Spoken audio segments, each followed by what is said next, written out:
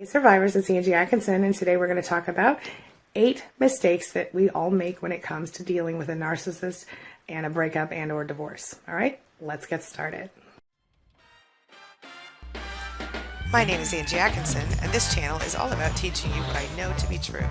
You really can create the life you want. Mistake number 1, we accept the narcissist's version of what happened. So narcissists are famous for gaslighting and making us doubt ourselves and our reality. Even if we have an amicable breakup, which doesn't happen with narcissists very often, they wouldn't bring out the best in us, right? So we find ourselves wondering, did we ever even know them at all? Well, narcissists represent a different person from the get-go. They always behave like they're someone else. So as hard as it is to accept that the person we loved may have been lying to us all along, that's something that we all struggle with. We all believe them. And so what I would tell you is remember to go back and revisit what you thought you knew about the narcissist when you got together and ask yourself, is all that stuff still true? Number 2, we allow ourselves to get sucked back in. Narcissists obviously need a constant supply from the person they choose to be with. And as soon as your relationship happens to end with a narcissist, well, you become less useful to them. The less useful you are, the worse they treat you. But of course, even when you're still in the relationship, they treat you like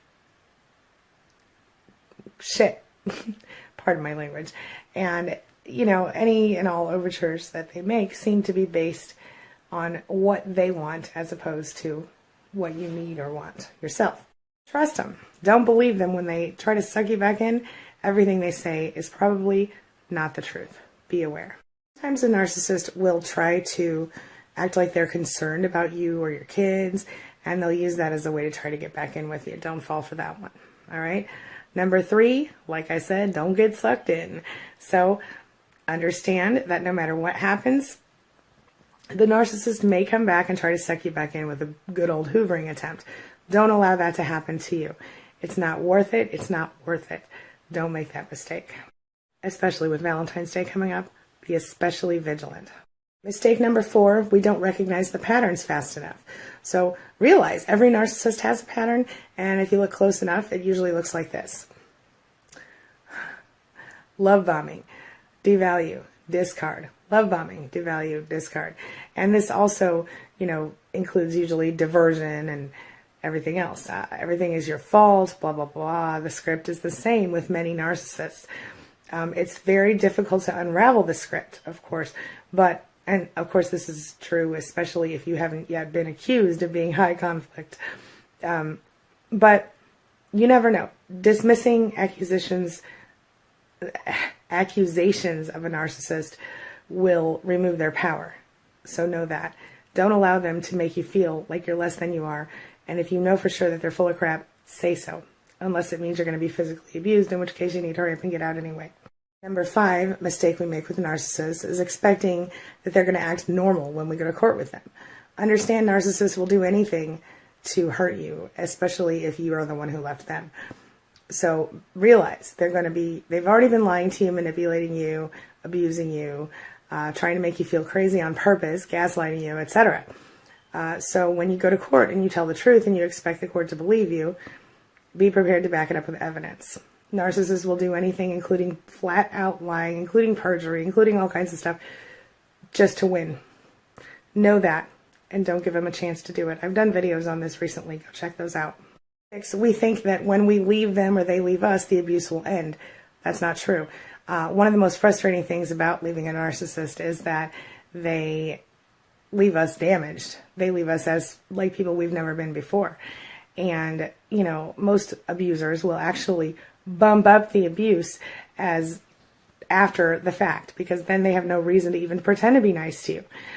This can leave you, of course, feeling incredibly confused and stressed out while the abuser, of course, remains calm because they've vomited all their energy shit on you. Okay, all their negative energy has been vomited onto you. They feel great now. So be careful not to play into that, all right? It's important that you understand that while you're actively abused, in the relationship. This can continue after the relationship, and it does. Don't expect that it will end all by itself. You're going to have to take action even if you're not still with the narcissist. Another mistake we make, number 7, is we get an attorney who doesn't understand narcissistic abuse when we're going through that divorce. So, or any court case with a narcissist. So if you're dealing with a narcissist in court, get some help. Find an attorney who knows about narcissistic abuse and who's willing to work with you. If you don't have one, join the SPAN group and ask around. We've got some resources available to us, and everybody knows somebody. Mistake number 8 we make during divorce with narcissists is that we expect the narcissist to be a co-parent. They won't be. They'll either fall off the planet or you'll have to parallel parent with them. So I've done videos on parallel parenting. I'll try to remember to link to that up top for you, but if not, go search my YouTube channel and find those, okay? Co-parenting with a narcissist, not an easy thing. So those are 8 mistakes we've all made or could make when it comes to divorcing a narcissist, dealing with and divorcing a narcissist. Leave your thoughts in the comments below. Let me know what you think. Let me know what you'd add to today's video, and let's see if we can help another fellow survivor, all right? Have a wonderful day, everybody. I'll see you soon for another video, and until then, hugs and love. Thanks for being a part of my day and a part of my life, and thanks for letting me be a part of yours.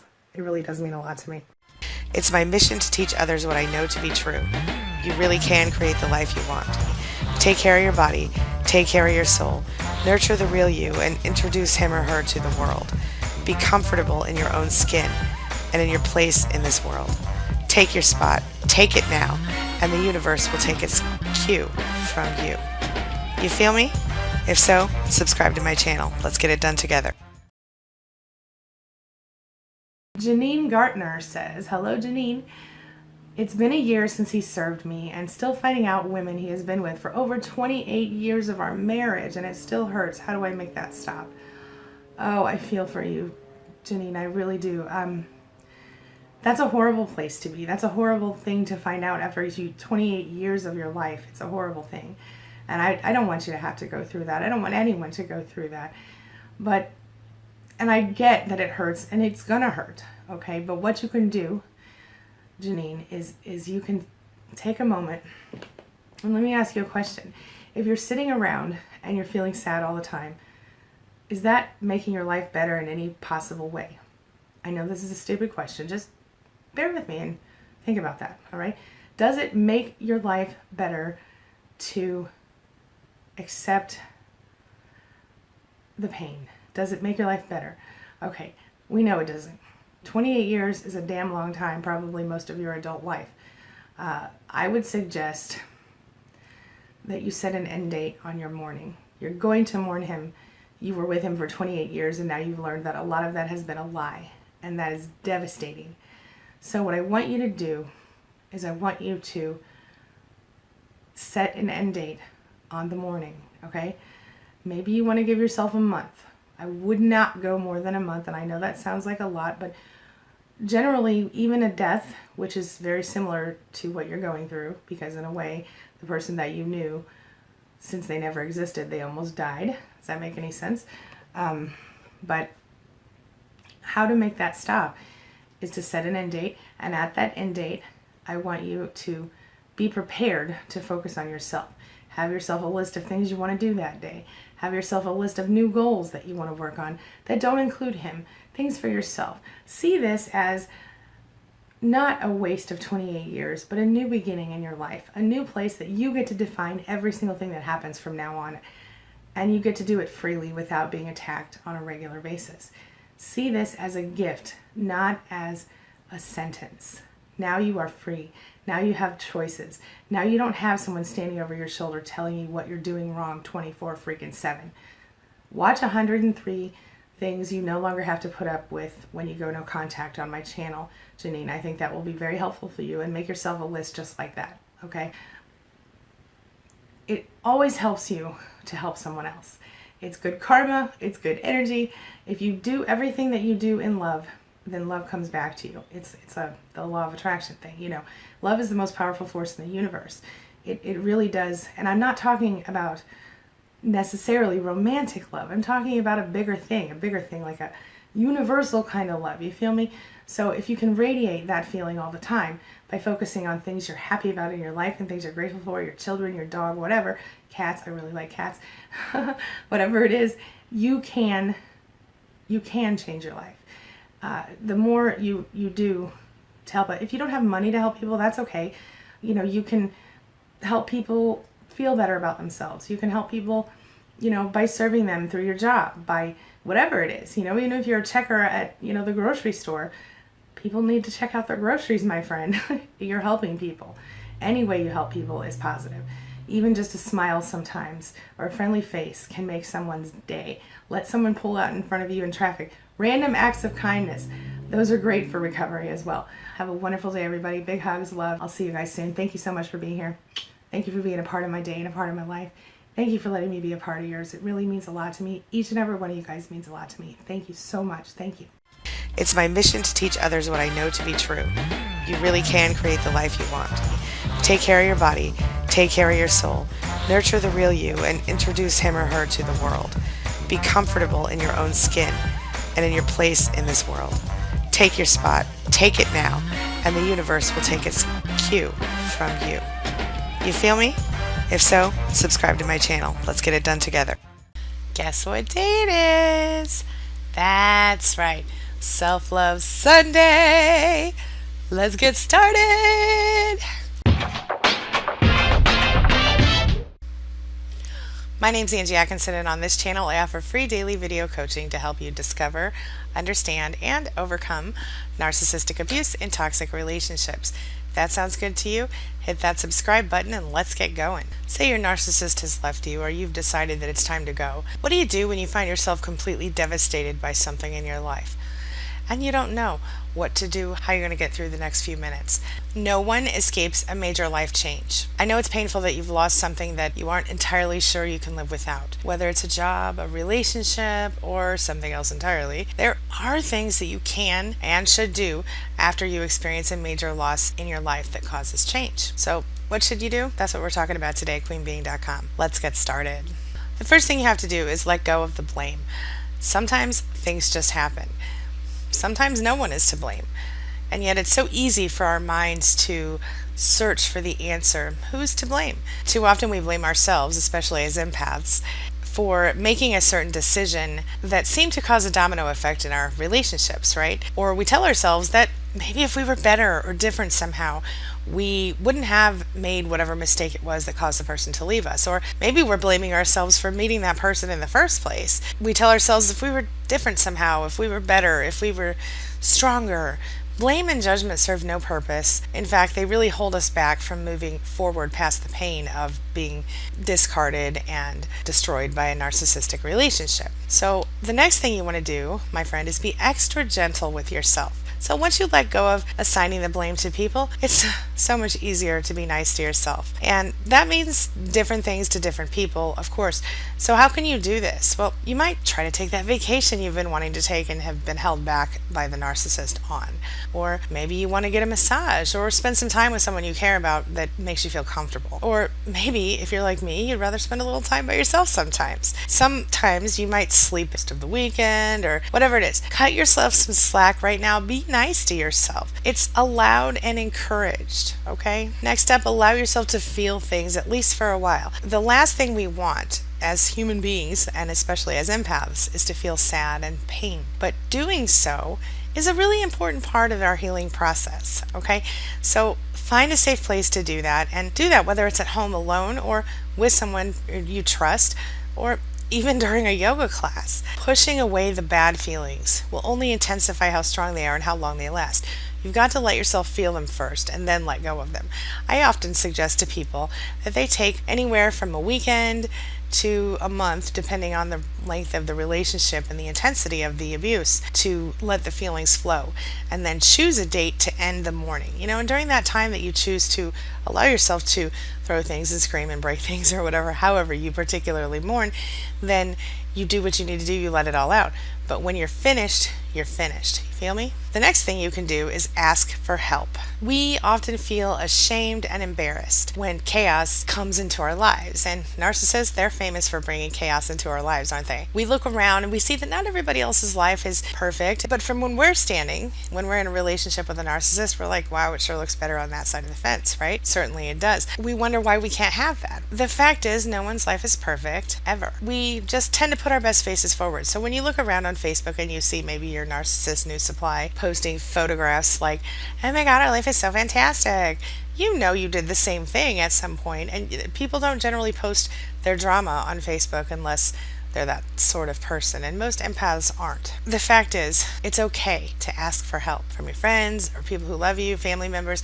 If you feel like you need professional help to deal with the situation, that is exactly what you need, and you should absolutely seek someone out for help, whether you're looking for a coach or a therapist. And I just did a video the other day on how to find a therapist to help you through narcissistic abuse. So check that out if you need to. There should be no shame in asking for help during this time, even if you need to go to the doctor. When I got divorced, I went to the doctor and I asked for something to help me get over the hump. I was struggling with depression and anxiety and all kinds of stuff. Doctor put me on Prozac for 6 months. It changed my life. It allowed me to slow down enough to stop focusing on what I couldn't control. It was exactly what I needed. And when I was done with it, I went to the doctor and I said, I think I'm done with it. And the doctor took me off carefully, and here I am today, very happy and Prozac free. Just remember that there's no problem with asking for help. You're not weak to ask for help. You're strong. Understand? Next up, only do what's necessary. Now is the time, if you're going through this pain, now is the time to let someone else take over for a while if that's possible. If it's something that you don't have to do or something that doesn't matter to your survival or whatever, step down. Give yourself a minute. If you're on a bunch of committees, give yourself a break from committees. If you're hosting a big party and you don't feel good about it, you know what? It's okay to cancel it even if the invitations have already been sent. You feel me? Just focus on today and what needs to be done, and only that. You have the right to be comfortable, calm, and happy. That's all I've got for you today on Self-Love Sunday. So tell me what you think. What are the first things that you would recommend somebody should do after they've been broken up with by a narcissist, or discarded or divorced by a narcissist? And what would you add to this list? Share your thoughts. This is the question of the day. The question of the day is, if you're currently going through this, what were the first things you did, and what do you wish you had done differently? If you've already been through it, what would you recommend for current people who are currently in this situation? For other survivors, how could you help another survivor? What would you tell your child if your child were in this situation? Let's talk about it, and let's get some really good advice going in the comments below for anyone who's going through this right now, okay? Thanks so much for being here. Thanks for being a part of my day and a part of my life. And hey, thanks for letting me be a part of yours. It really, truly means a lot to me. I'll see you soon. It's my mission to teach others what I know to be true. You really can create the life you want. Take care of your body. Take care of your soul. Nurture the real you and introduce him or her to the world. Be comfortable in your own skin and in your place in this world. Take your spot. Take it now. And the universe will take its cue from you. You feel me? If so, subscribe to my channel. Let's get it done together. I'm Angie Atkinson, and this is Psych Hacks. Today on Psych Hacks, we're going to talk about how to spot a manipulator, okay? Because the truth is that they're everywhere. All right, let's get started. My name is Angie Atkinson, and this channel is all about teaching you what I know to be true. You really can create the life you want. So, while psychologists tell us that only about 4% of the population is truly classifiably sociopathological, that's about 12 million people just in the United States. Okay, that's kind of creepy, right? Not to mention, if you happen to be doing a job that brings manipulation on, like maybe if you are in law or media or, sales or Hollywood or whatever, politics, then look, there's a pretty good chance that you probably have met a sociopath or two in your life. And since a lot of the people that watch my channel are here because of narcissists, I think it's safe to say that some of us have met at least one sociopath in our lifetime. Some of us anyway, huh? Alright, so manipulators in general are going to have a few traits, a few things you can watch for, okay? The first thing is they act like they like you really fast, alright? Suddenly they're your BFF. The second thing is They're like, oh, we have so much in common. Oh, yeah. Third thing, they make it clear to you that, hey, I got you. You could totally trust me very early in the relationship, maybe in the first conversation.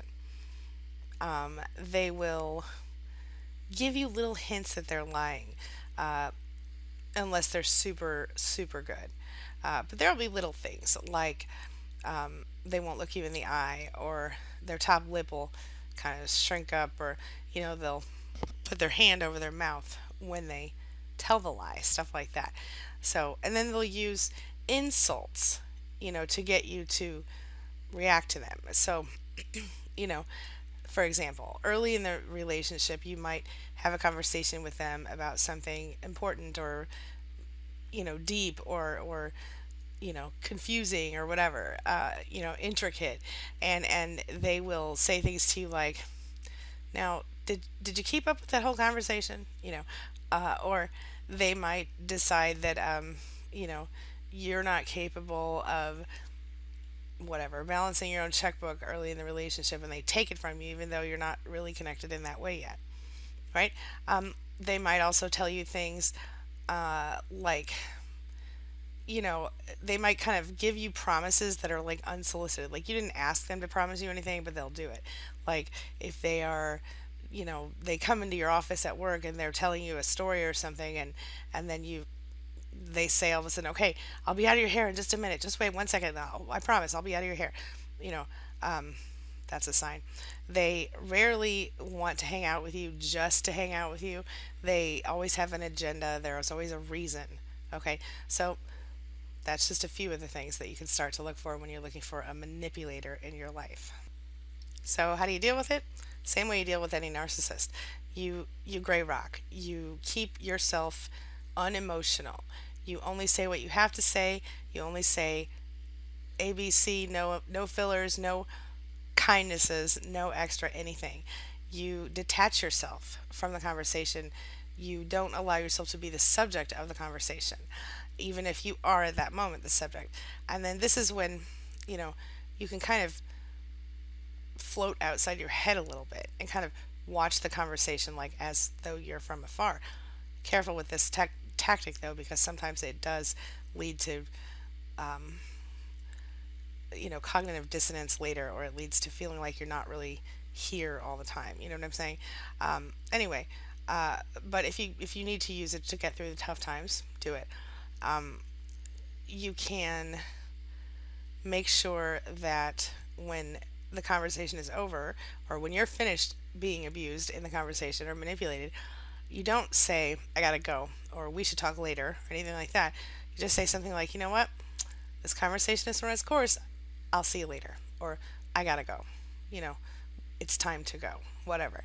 Remember that ultimately, in the long run, none of this is going to matter. And I know that sounds silly, but like, if you think about the world as a huge, issue, as a huge time and space continuum, and blah, blah, blah, in the grand scheme of things, it's nothing. I know that doesn't help at all, but hey, there it is. All right, another thing you can do is watch for somebody who asks too many personal questions. Okay, so somebody who is not talking about themselves very much at the beginning of a relationship is somebody who might be trying to manipulate you, because manipulators know that it's hard to not talk about yourself if somebody wants to hear about you. It's normal. So if you want to deal with that, you can kind of flip the script on them, and you can, as briefly as possible, answer their questions, only what you need to tell them, and then ask them a personal question. Turn it back on them, okay? Ask them, hey, how do you feel about, this baseball team? Or how do you feel about Trump? Ooh, be careful. How do you feel about politics? How do you feel about anything to get them talking? Because they won't even know what to do. It's kind of an interesting tactic, don't you think? I was kind of fascinated by the whole thing. So another thing you can do is, if the narcissist, remember that if you ask the narcissist to talk about their emotions in any way, they're not going to know what to do. It's going to kind of throw a wrench in the whole manipulation. So, the person, a manipulator, is going to expect you to open up and be a vulnerable person for them. But when you ask one of those people, a personal question, they'll be reluctant to share the information, at least the truth, and you'll probably be able to tell if they're lying as long as you've recognized by this point that they are in fact a manipulator. So if you want to stop them from doing that, find something about them that is criticizable and do so as politely as you can. Casually point out the little flaws. That will kind of distract them from their attempts to manipulate you. So, so you can just, point something out tiny, like, oh, you've got a little ketchup on your collar, or, oh, your lipstick is smeared a little bit over here, or whatever. Something that's going to make them really freak out, and something small, because, they're bullies, these people, and they want to be kind of the alpha person in the conversation. And so if you want to throw them off track, point out something small that they can't, a tiny flaw, tiny, oh, I didn't realize your nose was a little crooked. No wonder it looks so funny when you look at me, or something like that. I don't know. Oh, those pants look a little tight today. That's a terrible thing to do to anybody. But the point is that if you're being manipulated by someone, you point out something tiny, even, like say if it's a work person, you could point out something like, oh, I noticed you didn't dot your I's and cross your T's on that report. Something silly like that doesn't really matter, but that just makes them go, wait a minute, because they don't like to have flaws. And they certainly don't want you to know they have flaws. You feel me? My nose is so itchy today. So, what happens then is that you learn that, in fact, the narcissist learns that they can't take advantage of you when you treat them that way. A manipulator learns they can't take advantage of you when you react to them that way. So they don't continue to try to manipulate you. Another thing you can try to do is just talk about whatever stuff. Talk about stuff that doesn't matter, because they will certainly try to pull strings no matter what you talk about. They'll try to control the conversation. They'll try to make you have a reaction. And so no matter what it is, they'll have something. Like if you're talking about, oh, it's raining outside, they'll be like, oh, rainy days, man. It is so rainy.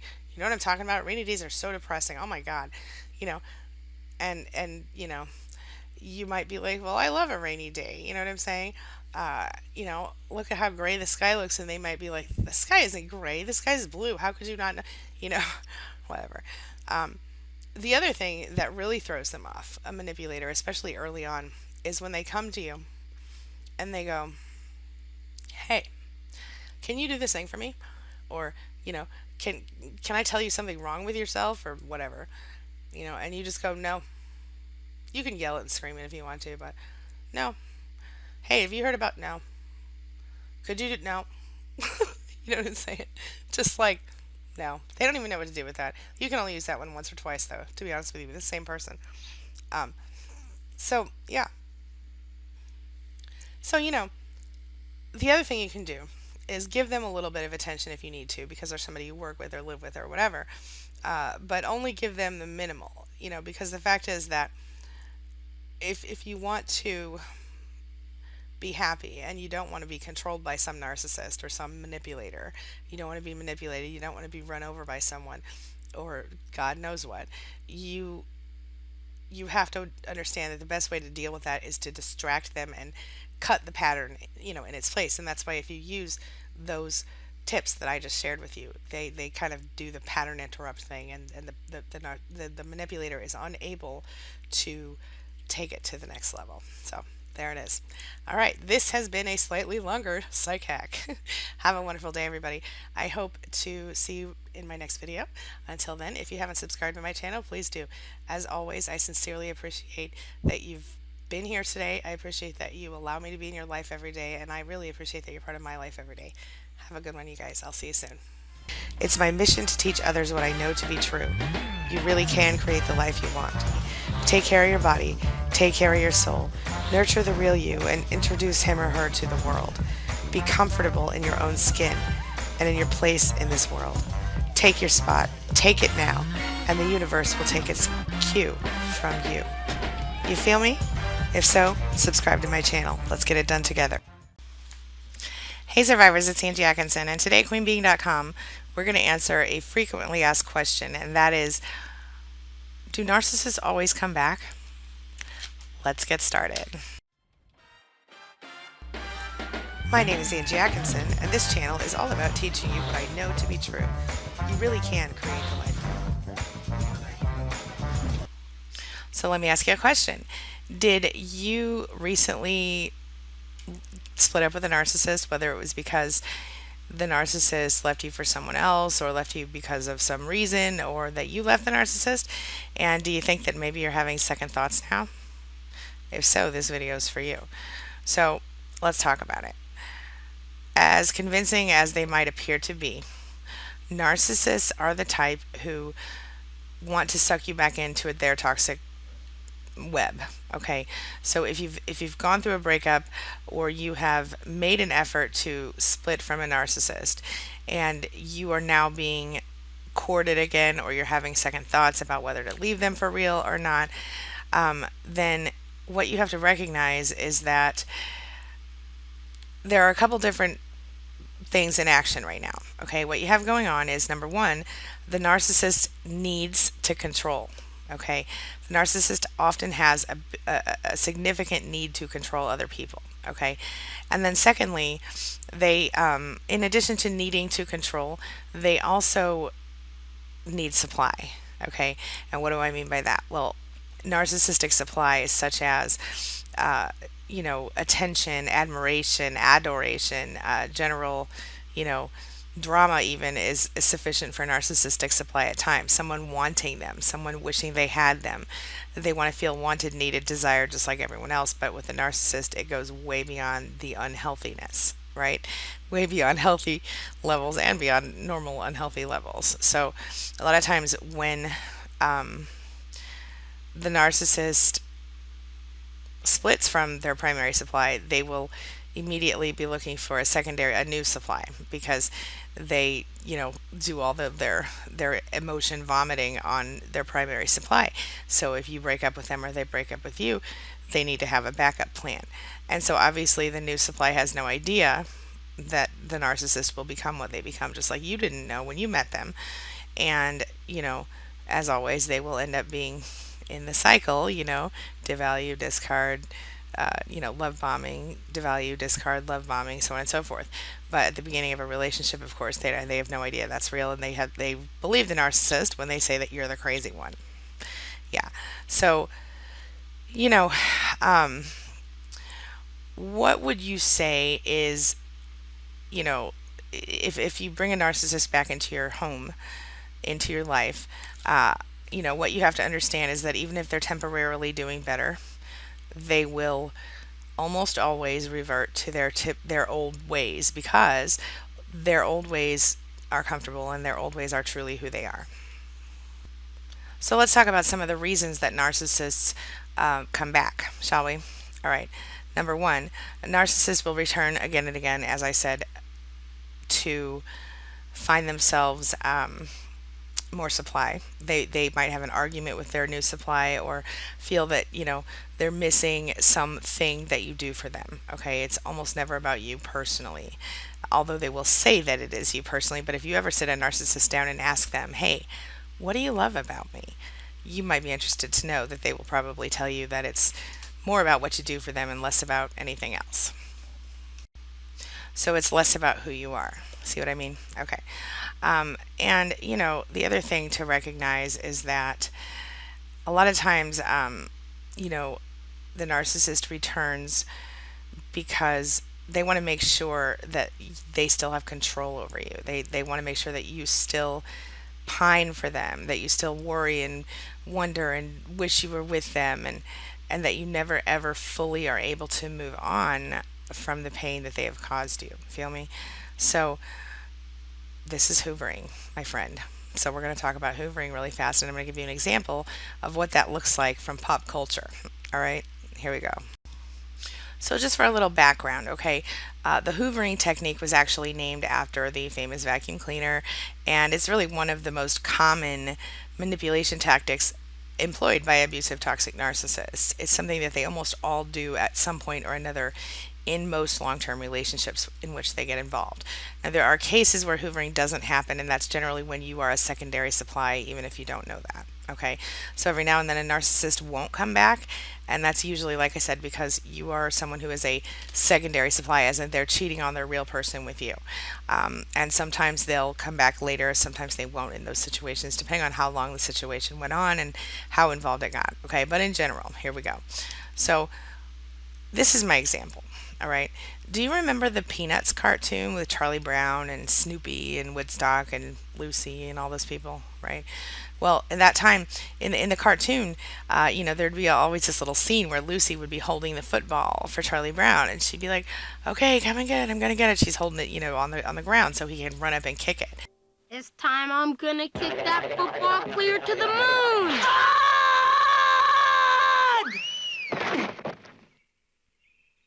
Right. Well, and then every time he'd run up there and try to kick it, she'd just pull it out of the way, right? Well, then when he'd fall, there would be Lucy, ha ha ha, that's so awesome, ha ha ha, because she'd smile like there was no tomorrow, acting like she actually enjoyed watching him be in pain. He'd be, oh, good grief, whatever, right? But Charlie Brown did what any kid did, or any kid would do, and that is that he would eventually stop trusting her to hold the ball, right? Well, inevitably, Lucy then would promise each time, this time, I promise I'll let you kick the ball. I promise this time I'll let you kick the ball, okay? And inevitably, she'd pull it away at the last second. And then she'd bust out that big smile yet again. And just as he would fall, Hoovering obviously is something that begins after the devalue and the discard phases happen in the relationship. So when the silent treatment stops giving the narcissist pleasure, that's usually when this comes right back into play. Or when he's ready for the new supply, or ready for more of the supply that you've been feeding him all these months or years. You feel me? Him or her, because narcissists can also be women. Let me clarify that. Or it'll start when you've left the narcissist and the narcissist fears that you won't come back. They'll be like, wait a minute, I haven't talked to, or heard from so-and-so since, 2 months ago. Oh my gosh. And then they'll suddenly get in touch and be like, hey, don't forget about me. The idea is for the narcissist that he or she needs to reestablish contact with you in order to get the narcissistic supply that you've been so good at providing all this time. All right. So it's a dangerous tactic, because once the narcissist gets his or her foot in the door, you're often going to find yourself being love bombed and hearing promises of brighter days ahead. But just like poor Charlie Brown, you're bound to fall again. So what are you going to do about it? Now it's time for the question of the day. All right. The question of the day is, have you experienced hoovering before? How did you deal with it? Or if you haven't experienced it yet, are you hoping to experience it soon? What are your thoughts on hoovering? Share your thoughts in the comments section below and tell me what you think. I'm very interested in knowing. And if you have any questions that you'd like me to talk about in a future video, leave those too, okay? All right, I'm going to wrap up for today. I will see you tomorrow for another video. You guys have a wonderful day. As always, thank you for being a part of my day and a part of my life, and I'll see you soon. It's my mission to teach others what I know to be true. You really can create the life you want. Take care of your body, take care of your soul, nurture the real you, and introduce him or her to the world. Be comfortable in your own skin and in your place in this world. Take your spot, take it now, and the universe will take its cue from you. You feel me? If so, subscribe to my channel. Let's get it done together. Good morning, survivors, and happy Tuesday. Today we're going to talk about whether or not the narcissist misses you when you go no contact. And before I forget, I just wanted to let you know, I'll be here today for Talk to Me Tuesday live. All right? So keep an eye out for that. And that'll be at 1 p.m. today, just so you know, 1 p.m. Central Time. My name is Angie Atkinson, and this channel is all about teaching you what I know to be true. You really can create the life you want. Let's get our coffee, shall we? Feeling a little sneezy today. Think it's something in the air, hoping it's just that and not something serious. Got the coffee. Let's do this. All right, so we've got our coffee and we're good to go. Now, let's talk about why it is that we even worry about when the narcissist is not with us anymore. What do we miss about them? What is it that makes us care about them at all? Well, we kind of talked about that before. We talked about how our dopamine receptors kind of stop working properly, and or our neurotransmitters aren't right and everything else, and that makes us kind of physically addicted. I'll link to that video for you. But the question of the day is, does the narcissist miss you when you go no contact? And, you know, what do you think? Do they or don't they? So what if you're the one to leave the narcissist? Does the narcissist miss you when you leave?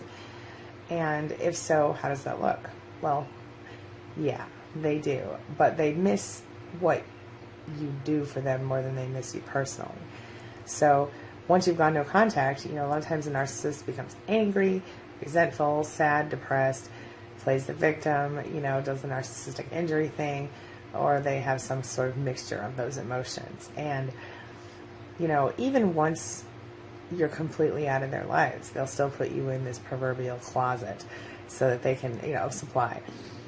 So that if they, you know, if they want to try to reconnect with you, they can. And that's kind of what we talked about yesterday with the hoovering thing. You know, when narcissists try to suck you back in. So, you know, it could be weeks later, days later, months later, years later. You still might be someone who might get hoovered, okay? So, yeah, they miss you, but they miss what you do for them more than they miss who you are. Unfortunately, narcissists don't see us as real people. They see us as objects that they can play with. They don't consider how we feel, because whether they just don't think we have feelings or they think that their feelings are more valid than ours, they don't value our feelings and they don't try to understand them. They just only concern themselves with their own feelings, and that's literally what sets them apart from non-toxic people. What does it mean when a narcissist says, I miss you? It means I miss what you do for me. It means I wish you were here to give me the supply that you previously were giving to me. It means I can't be by myself and I don't have any personal sense of identity. I need someone else to provide that for me. That's what it means. Does that make sense?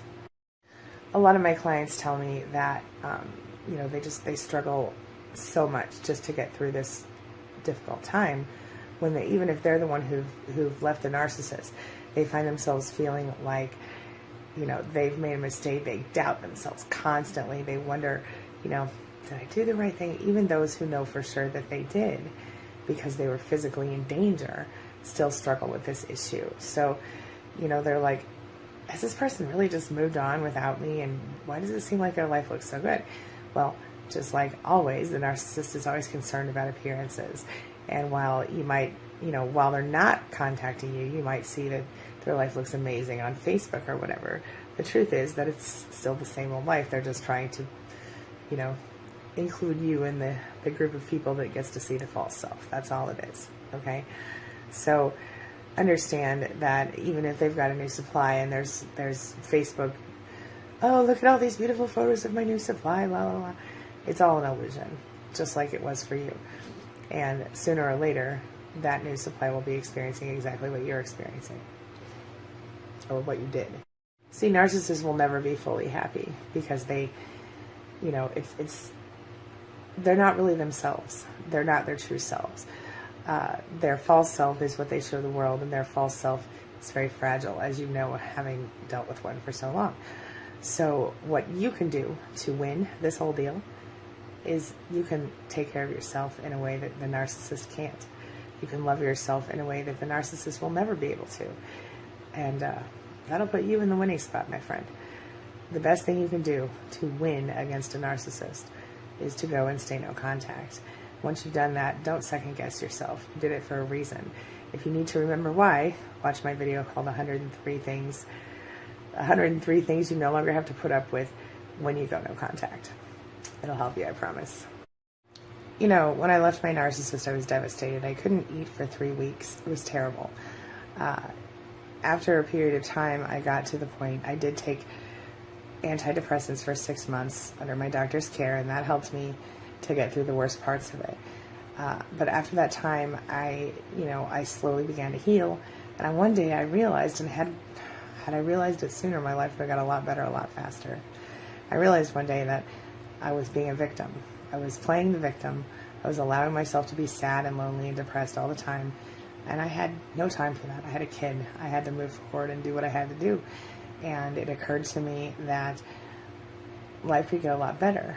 And so suddenly I felt a lot of freedom in that. I was able to change my perception and turn my life around. And I want you to be able to do the same thing. That's why I do these videos every day. All right? So please do me a favor and love yourself today. Please do me a favor and stop beating yourself up. Please, please take care of yourself. All right? I promise you, you're worth it, and it's worth it. All right? Okay, I'm going to close up for now. I'll see you guys later today for another video. Plus, I'll be here live at 1 p.m. to answer your questions. So, be there. And, I'll answer your questions live. All right? I'll see you soon, you guys. Have a wonderful day. As always, thanks for being a part of my day and a part of my life. Thanks for letting me be a part of yours. It truly means a lot to me. It's my mission to teach others what I know to be true. You really can create the life you want. Take care of your body, take care of your soul, nurture the real you, and introduce him or her to the world. Be comfortable in your own skin and in your place in this world. Take your spot, take it now, and the universe will take its cue from you. You feel me? If so, subscribe to my channel. Let's get it done together. Hey survivors, it's Angie, and I'm back for one last video today. I just got off the phone with a client, and we had a conversation that made me think I should talk to you guys about this. So here's the deal. When you are splitting up with a narcissist, a lot of us find ourselves feeling really frustrated that we haven't had the last word. And here's what you need to know. The narcissist absolutely loves having the last word. And in fact, it's kind of their bread and butter. So today we're going to talk about that really quick. How do we deal with not getting the last word with the narcissist? Or how can we get the last word? Let's talk about it. We all know that there's nothing more annoying than seeing a self-satisfied narcissist. And one of the most self-satisfied narcissists you'll ever see is one who's just gotten the last word. You know, they know that you've heard everything. You've heard how they're deluded, and you've had to just shut your mouth, or at least they've said enough hurtful things to you that you'd shut your mouth anyway. So let's talk about why we feel like retaliating, and let's talk about what we get out of it, and let's talk about whether or not the last word is something that can be had when you're dealing with a narcissist. All right, so you're dealing with a narcissist who's having a little screaming bitch fit, right? I know that sounds horrible, but the narcissist is having a screaming bitch fit. The narcissist is, throwing verbal temper tantrums, verbal hate. I like to call it spewing hate vomit on you. The narcissist plays the victim. The narcissist, never ever stops until he or she gets the last word. And so we find ourselves going, I just want to say one more thing. I just have all these things I want to say. Oh my God. Right? But we need to stop that because it's really pointless. All right? Here's what happens. I think we find ourselves, we're intelligent people. We find ourselves sometimes almost begging these people, to continue to abuse us, because they pull the old, biggest fear card. They're like, oh, well, no one will love you but me, and I'm about to leave your house, so sucks to be you. And you're left going, what? You find yourself feeling so quite upset about all of this. And how often can you say, I'm sorry, please don't do this to me, please this, please that? They enjoy it. They enjoy it. They enjoy it. So why do they do it? Because they love drama. Seriously, they're addicted to it. Remember when we talked the other day about how the body produces dopamine under certain circumstances, and when we've been through abuse and neglect and things like that, we don't have the same ability to produce dopamine on our own as we should. Well, the narcissist enjoys drama because he gets, or she gets, the adrenaline rush followed by the dopamine rush. they're addicted. So imagine you're a light bulb and a narcissist is, a light socket. No, that's not right. Let's go the other way. Whatever. You're a thing that can be plugged into the wall. And the narcissist, let me just start over. Okay, I guess I don't really have a very good example to use, so I'm just going to tell you what it is. The narcissist essentially plugs into you energetically and sucks you dry. And then you're left with, feeling nothing. What happens is the narcissist sucks you dry, gets bored, when you finally have submitted to all of his or her crazy demands. So when we go gray rock, we literally stop offering them that connection, and then they're forced to go plug in somewhere else. We tend to react dramatically to dramatic behavior, and then the narcissist is getting exactly what he or she wants because, they, even though the energy that we're sending out is negative, they still are fed by it. They're fed by negative energy. I think all of us can relate to wishing we had the last word, right? But the fact is that until we realize that we're just creating more drama for ourselves, we're creating more trouble in our lives, we're losing sleep, our self-esteem is suffering. Is it really worth it? This is what I suggest to my clients. If they absolutely insist that they need to have the last word, all right, let me explain that to you. So every now and then I'll have a client who will say to me, oh my God, I just need to say this. I just need to say this. Okay. I had a client today who I spoke to who wrote this beautiful poem. Maybe it was yesterday. Anyway, she wrote this beautiful poem and she wanted to send it off to her narcissist because it was a poem that a normal person would really get a charge out of. I got a charge. It was beautiful, really well written, great poet. And she said, I just want to send it to this person so badly. And I said, well, all right, look, if you really want to send it, send it. But understand that then one of three things will happen. Number one, you will be completely ignored, and that will drive you insane because that'll just be like you didn't get the last word anyway. Number two, you may experience further abuse from the narcissist of the emotional kind at the very least. And number three, you might get hoovered. And if you get hoovered, then you're going to be stuck again with a narcissist. And even though you might think you want that, you don't want that really, do you? Ask me, the best way to get the last word is to go silent, to go quiet, to say nothing, go no contact. Why does that work? Because silence says a lot of things. I'm moving on. I'm done. Not worth my time and energy. I won't engage with you anymore. The door is closed. To be honest with you, silence is the best last word anyway. Say nothing. That's the way to win. But if you need to send them something, send them a letter, send them an email, send them a text. Be prepared for one of those three responses. What were they again? Number one, you get ignored. Number two, you get further abuse. And number three, you get hoovered. None of those are a good option, are they? If you do try to get the last word, this is what the narcissist will hear. I need your validation. Still want you. You win. You were right. I'm nothing without you. Don't do that. Don't give anyone like that, someone who disrespects you that way, the ability or the rights to make you feel that way. Don't do that. Go silent. It's the best last word. What do you think? Do you agree with me, or am I totally off base here? Leave your thoughts in the comment section below and let's talk about it, shall we? All right. As always, have a wonderful day. And by the way, if you haven't picked up my free ebook yet, it's still out there until Sunday at booksangiewrote.com. And I will link to a video up here for you that I just did today that will show you how to get it for free on Kindle if you don't have Kindle. All right? Well, let's get going. Have a wonderful day, everybody. I'll see you soon. Thanks so much for being here. Thanks for letting me be a part of your day and a part of your life. And thanks for being a part of mine. It means so much to me.